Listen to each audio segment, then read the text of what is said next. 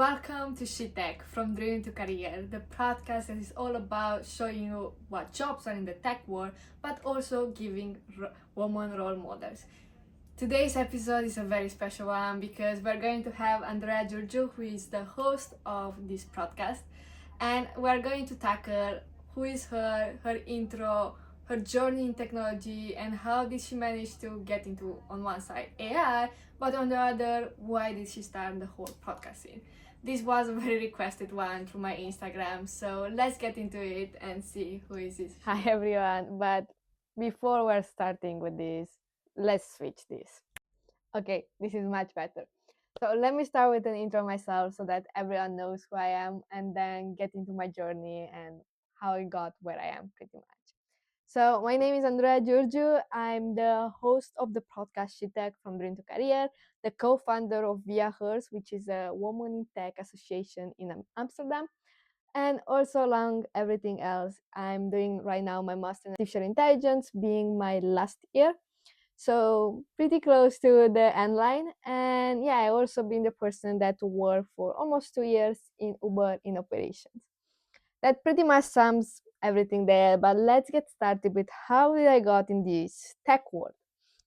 So if I'm starting from the beginning, let's rewind and get back to the year 2016, the year that I chose to do the computer science high school in Romania, because in Romania in high school you need to choose if you want to do science, computer science, to be more on philosophy or other different things that doesn't really matter right now. So I chose to be on computer science pretty much due to the fact that I absolutely loved math. I was good at it. I did the Olympics. So I was like, I need to still do this one. So the only option was to do it also computer science. And then after I chose that, I pretty much got into everything that's an algorithm. To be fully honest, like in high school, I was pretty good at like everything around algorithmics. My teachers were pretty proud of how I developed. And like the thing was that no matter how hard the problem is, I always managed in a way or another to come up with a solution. And I also tried the Olympics in for us is like informatics, which is also computer science. But I think is there that I never managed to even get 1 point in the Olympics. I always failed because even though I always came up with a solution and I coded the solution, the problem was also the time complexity and the memory complexity, which I never managed to get because until now in university I didn't manage to understand dynamic programming, which I think was the biggest part from the Olympics. And at one point during these amazing 3 years, I feel like maybe computer science is not for me because I tried the Olympics. I also tried to sign up to a DPIT, which was a IT program in my school. I didn't got in. I started getting into robotics, but I feel like it wasn't really my thing because they didn't allow me to code that much. I was more into the marketing phase. So I was like, what if this whole tech world that I'm trying so hard to get in is not necessary for me? But I think in 2019, absolutely everything changed for me because alongside other stuff of putting myself first and doing more for myself, it was also the fact that Microsoft sent me an email that alongside Teens in AI from London, they are going to organize the first Girls in AI hackathon in Bucharest, which is the capital. I got extremely excited. I was like, oh my God, this sounds like an amazing opportunity, but maybe it's not for me because I needed to put my parents to drive me 8 hours. And I was like, this is maybe insane. But I pushed everything on the side and I went to my dad and be like, hi, can we please go to this event? I really want to see it. Microsoft literally sent me the email. I was like, I really want to try to get in. And they were like, if you manage to get in, because there was a whole like you need a video to do a solution and everything alongside, we are going to do the ride. I managed to get to the competition, and I think that's what changed everything for me personally. Because in that hackathon, it wasn't just the fact that I managed to go from knowing algorithmics, which is pretty much how to transform math problems into code, but went into the idea, okay, how can we use coding to actually create solution, more exactly how to use AI, which to be fully honest, until then, I didn't even know what AI is. I was like thinking sci-fi things as everyone that is a robot that is doing everything for me, which is also the definition that my mom told me yesterday. And I feel like that was exactly my definition. I had zero clue what's going on. And going to that conference, I managed to understand what's AI, build something, and also had the amazing chance to see Dedem, which she had like the most amazing speech about her journey that simply motivated me so much on the idea that, oh, I can do so many things in my life, I just need to get into it. And also made me, okay, this AI thing, I think is actually for me, because I feel like on one side I pretty know how to code it now, I imagine that I knew how to code it, but also in a way or another I just felt that you can do so much good for it, because the main part of Teens in AI and the whole hackathon was how can we use AI to shape the world in a better place. Which for me, I feel like that was my calling in a way or another. So that's when I decided, you know what, I think this is for me. Then we are entering 2020 when COVID hit. And I think COVID is this thing that either you got in a way or another worse, you felt like it was a bad period, either you are in the person that thinks that that was the greatest period because you managed to do so many things that you didn't manage to do until now. Well, I was the second person there, because I feel like for me COVID was that chance that I was, if you think about 180% to change your life, I think I did it. Like I was like, let's flip everything. I become like more healthy, I was starting to do to workouts, and alongside everything, it was also the moment that Teens came with another challenge, which was like they created a global AI hackathon online because it was COVID, which for 9 days we were supposed to be in teams of fives and try to build a solution with AI in order to tackle this COVID. The thing that almost stopped me was the fact that my English wasn't the best. To be honest, also I think that was like my biggest challenge during high school, especially because my teacher were constantly telling me that I'm not good at it and I'm not gonna manage to make myself in the world, especially in international company, because apparently I didn't know English. But I didn't care. I was like, you know what? Let's just try. You never know what can happen, and I'm very glad that sometimes I have that mindset, because I signed up to the competition, and I think that fully transformed how I think about AI, ethics, GDPR, absolutely everything, because we went to the competition, and the first 4 days we had so many ideas and we were so excited about the idea of like building AI. And I think we directly jump into coding. We're like, we are going to choose education because this is the most effective field. And after we choose that, we're like, oh, okay, we are in education, we are in high school, we know what's the biggest problem there. And we came up with this amazing solution to say, to make like an eye tracking system that is able to say how many students are focusing in the class and how many are not, so that in the moment that something is detected, the teacher can be alerted to change their way of teaching, which for us sounded amazing. But after 4 days, of course, we got into some issues, and apparently we didn't really knew how to track all the data, where to collect it. The idea of cloud was something new. We're like, we really didn't know how to put this whole system, especially because it needed to be very secure. So what we did, because back then Twitter was one of the big things, I went there and I posted. I was like, hey, I'm in this competition, I'm building this solution, I need XYZ. And the first answer was pretty good. A guy actually helped us with a system that we could use, which was free, because that was the main thing there. But the thing is that no one prepares you for what's next, because I wake up with, I kid you not, thousands of messages saying that our solution is horrible, no one wants this, why we're building this. And I'm saying it in a very nice way, because they didn't say it in a very nice way. And just imagine a 17 years old person for the first time, or like for me second time building AI, to get this. You was like, wow, I need to stop, I shouldn't. I was on the point to almost give up on the hackathon. I was like, I want to quit, because it was like a lot coming up. Also, we had 3 more days from the competition. We needed to rebuild everything, pivot. Like I was like, I felt lost in a way, and I was so scared because I was like, I did a huge mistake. We failed. But that was the moment that I also understood from our amazing mentors and also Elena that the biggest gift you can get is to fail, because that means that you're almost there to succeed.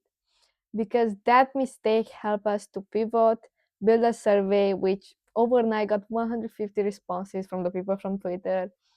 And with those responses, we managed to create a solution that was like actually helpful, because apparently the biggest issue was the lack of internet.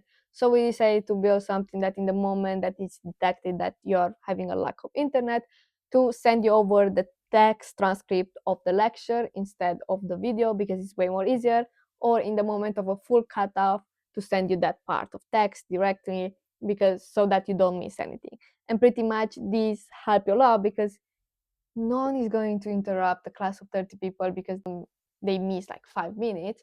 So in this way, they're making sure that they are not missing this.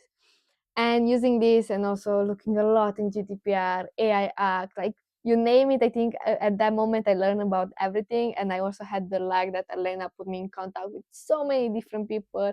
And also one person from Twitter was working in ethics, and with their help, I managed to understand everything and come up with a safe solution and to safeguard everything that we built. And we managed to work. So the team that has got the most points, we don't have a tie, so it was really very straightforward. Everyone's favorite, and it's number 13, all in. Won the first place for the AI Global Hackathon. And I think for me, that was honestly the biggest achievement from my whole life until then. And that was also the point that I said, there's no going back. This is what I'm going to do in my future. This is what makes me the happiest. And after the competition, we managed to continue a bit for 3 months with our solution. But alongside it, I also had this thing in me that, okay, I learned a lot. I want to give back, because I feel like if you don't give back, what's the sense of learning so much and also being able to do so many amazing things? So in that moment, I talked with Elena and being like, hey, is there any way I can help with teens in AA in any possible way? And yeah, apparently there was a position open. They wanted some moderators to help with, like, on one side, organizing the next global or local hackathons, which are going to still be online.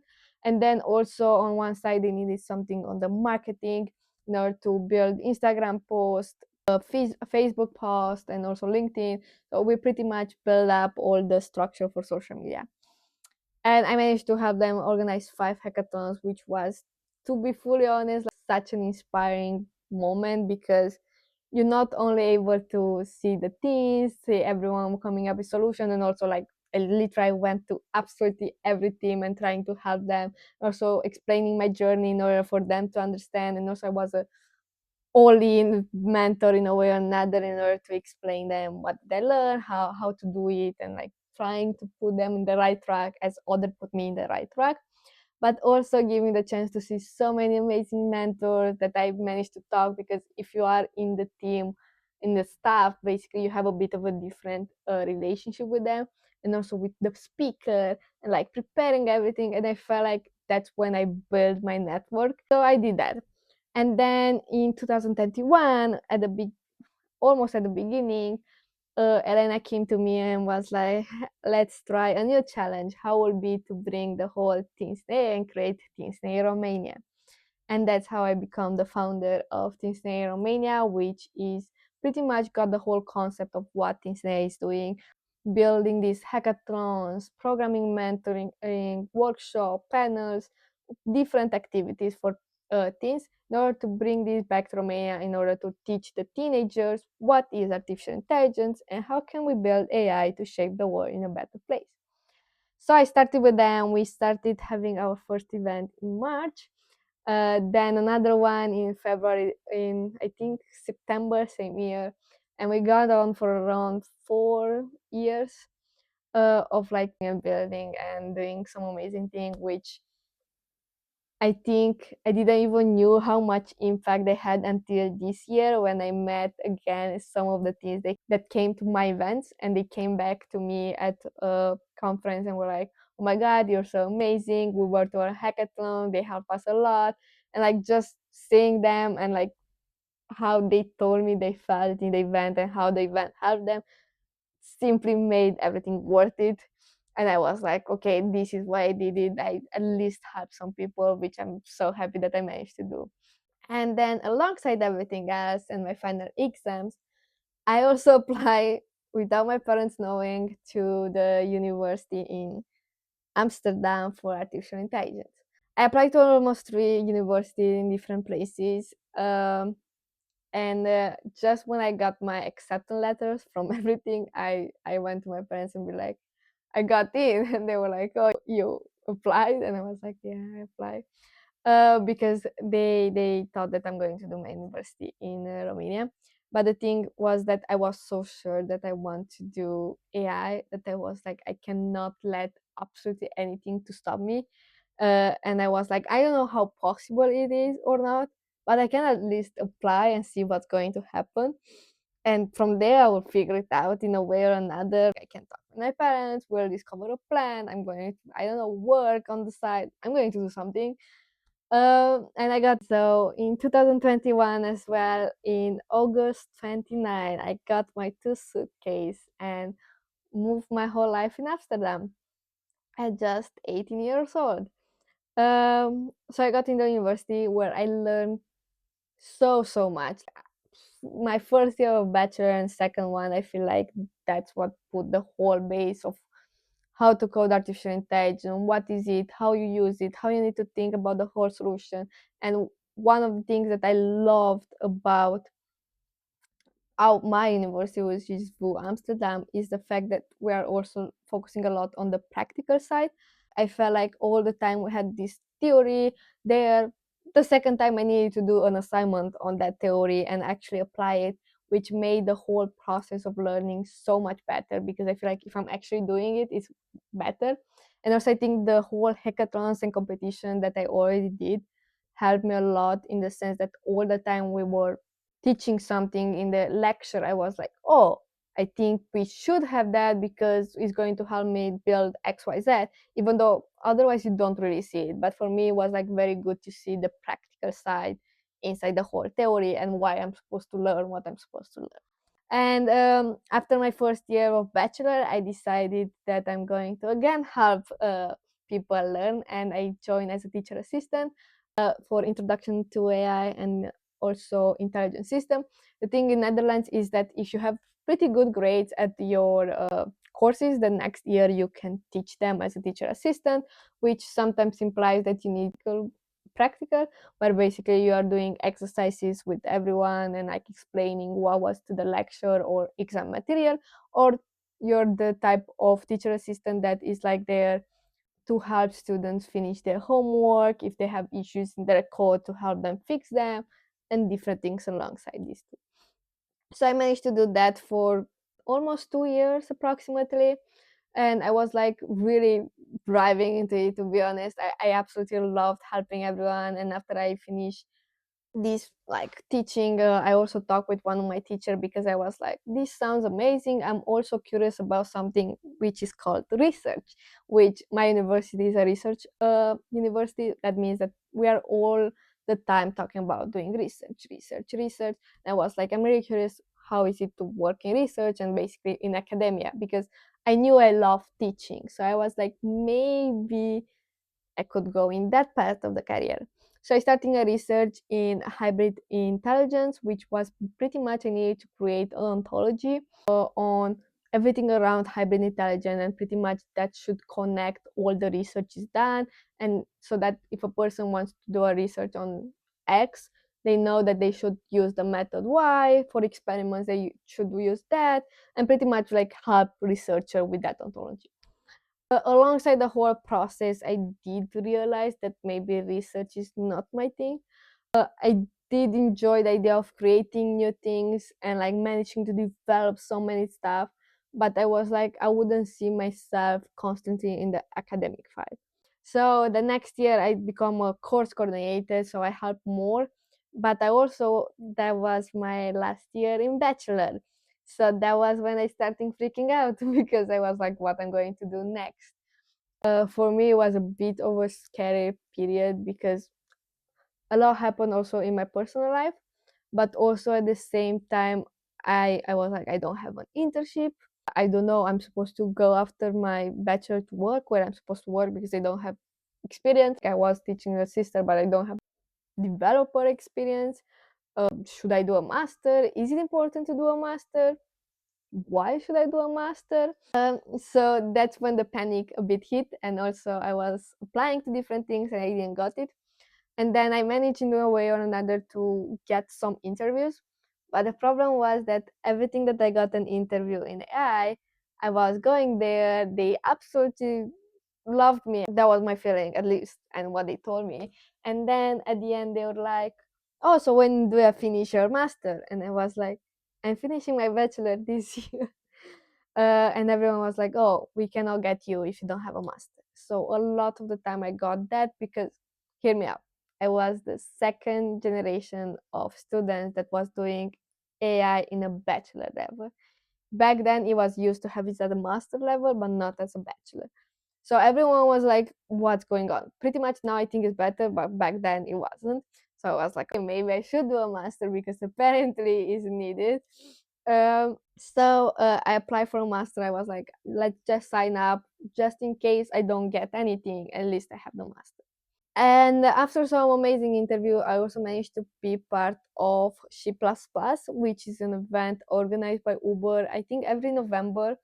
Um, and the whole event is mostly to try to understand how you can get an internship at them. And I went there and I managed to do the whole courses that I teach, the workshop. And then at one point, there was like a lot of people that work in software engineering, ML, data science, and other stuff. They were doing some speeches, and you could go to do your one of ones in a way or another.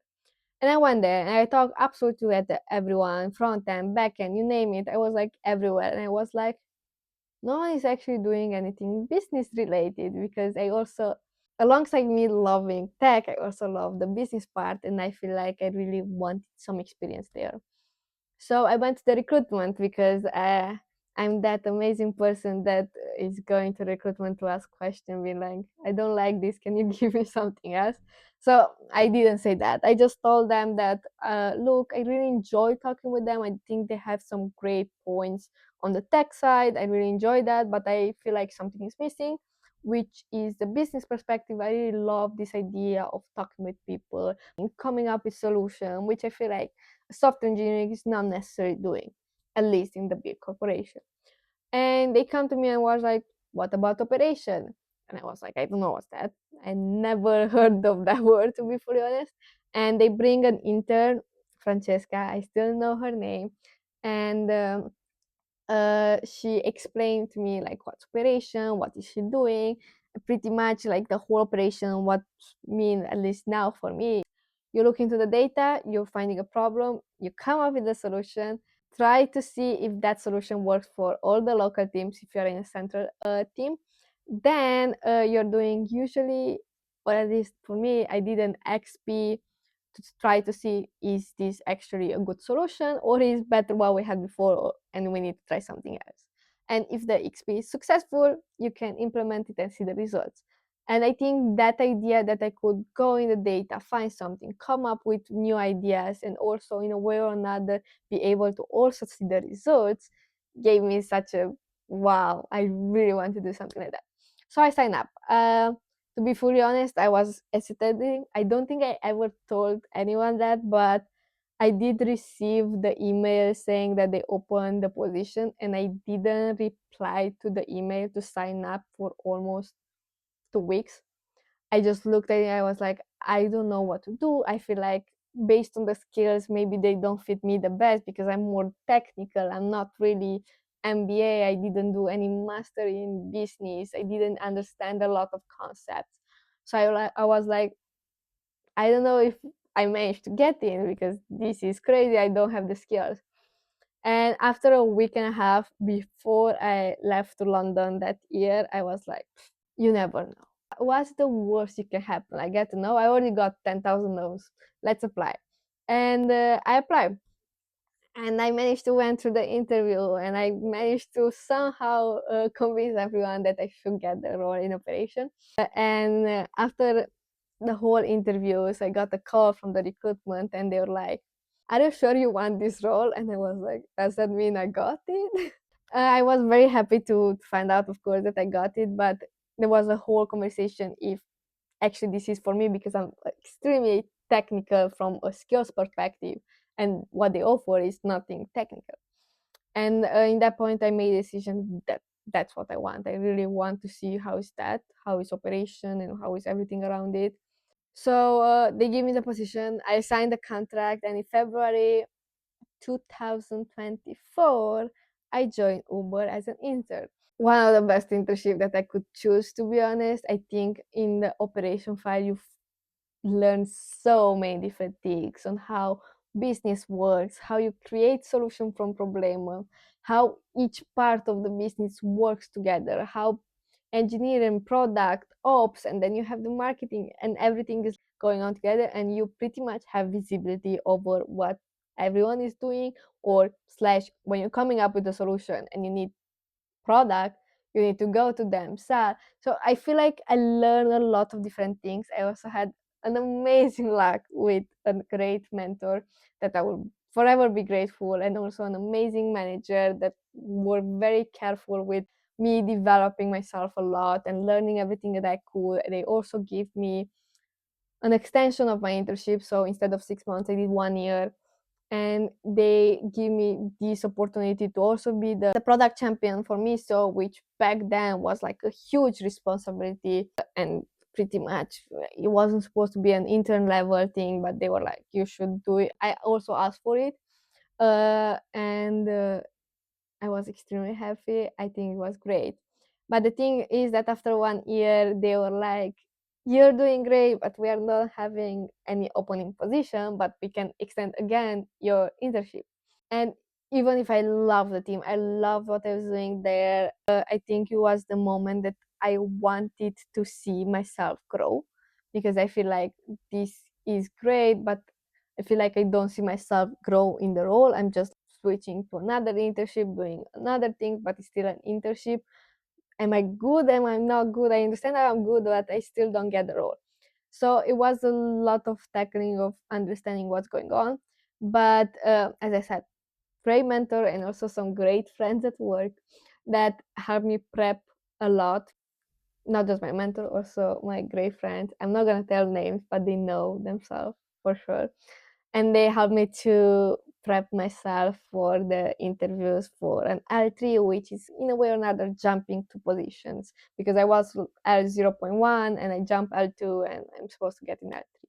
And with their help, and also me learning and doing examples and trying to prep everything, I went through 5 interviews, and I managed to get the L3 position in career ops.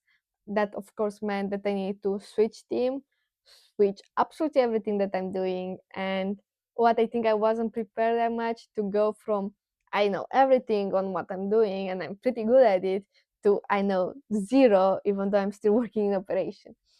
So I think that was a full transition, especially because if you're L3, you have a huge responsibility, and I still had my full time master going on. So it was a lot going on. So I tried that, and I think after 4 months, I also felt that I learned what I need to learn from ops, that I do want to transition at one point to tech, because even though ops is great, I think for me it's just a chapter that I wanted to learn from my future perspective when I want to create my own thing or I want to open my own thing. I think ops is a great start to understand everything. But I was like, I'm almost at the point that I think I learned everything I need to know.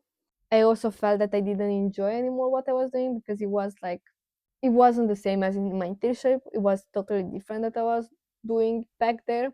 And after 4 months, global team for merchant, because I was working the merchant side before, came to me and they were like, look, we have this data analyst position as a SaaS. SAT in Uber pretty much means is a short-term position, which for 6 months you're going to another team to work in another role in order to involve more your skills. And alongside being in my old team in a way or another in the merchant, which I already know a lot, being data analyst, which means that they wanted me to analyze so much data, which I was missing in my current position back then. It was also they were allowing me to do a lot of AI because they also wanted some feature. I'm not gonna give details because I'm not allowed, but I was able to do also AI.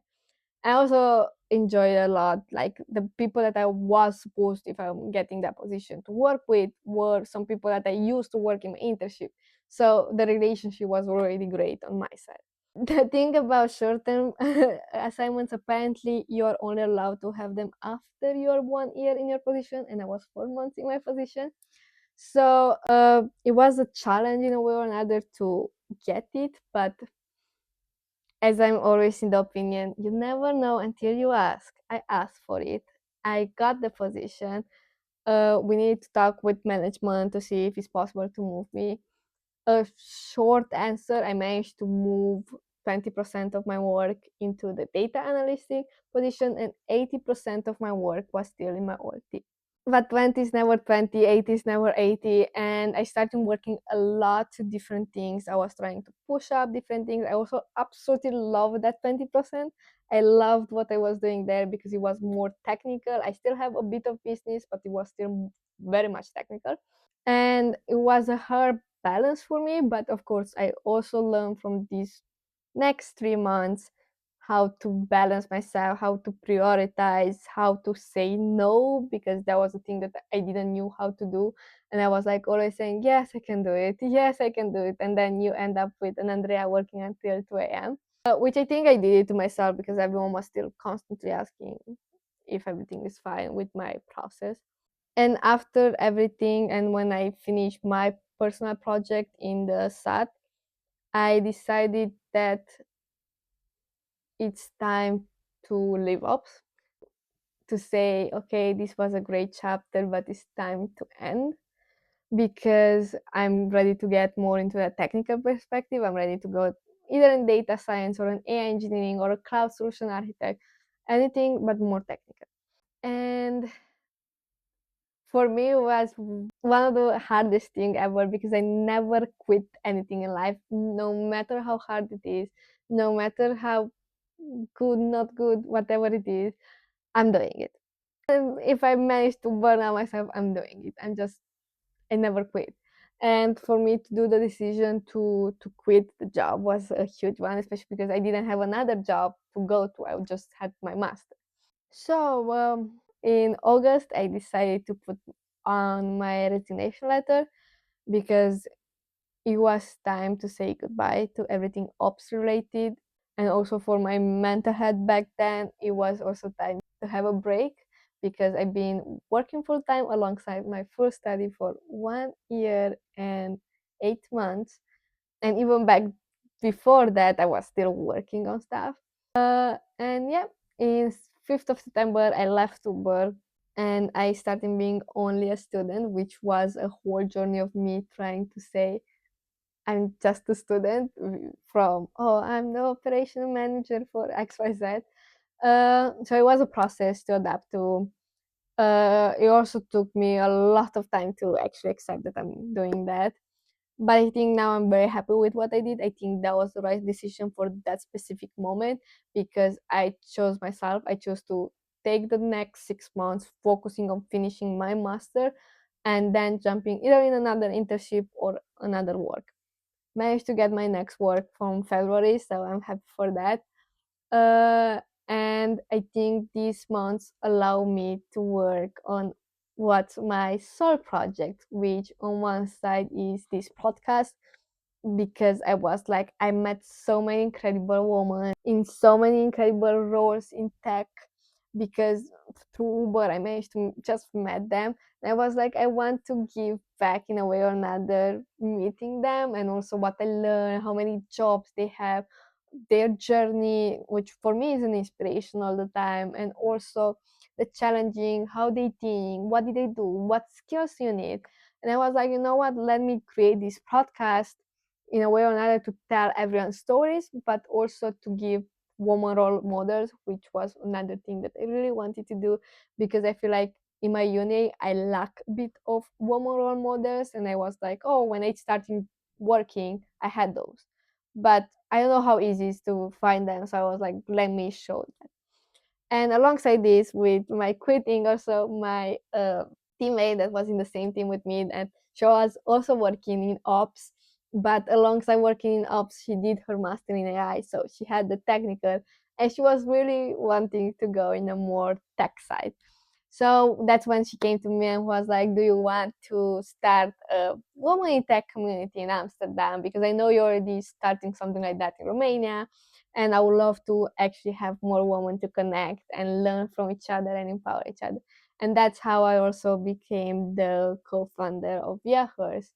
And I had amazing luck with Vicky because she's an incredible person, incredible woman, and she's also an inspiration for me.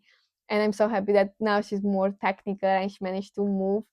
And also I'm happy when she told me that I inspire her to put a point and move to the next chapter. So that's also why I'm sharing now the whole story, even though I didn't want necessarily to say that I quit something. But I think it's good to learn from each other, and if I manage to inspire another person, why not?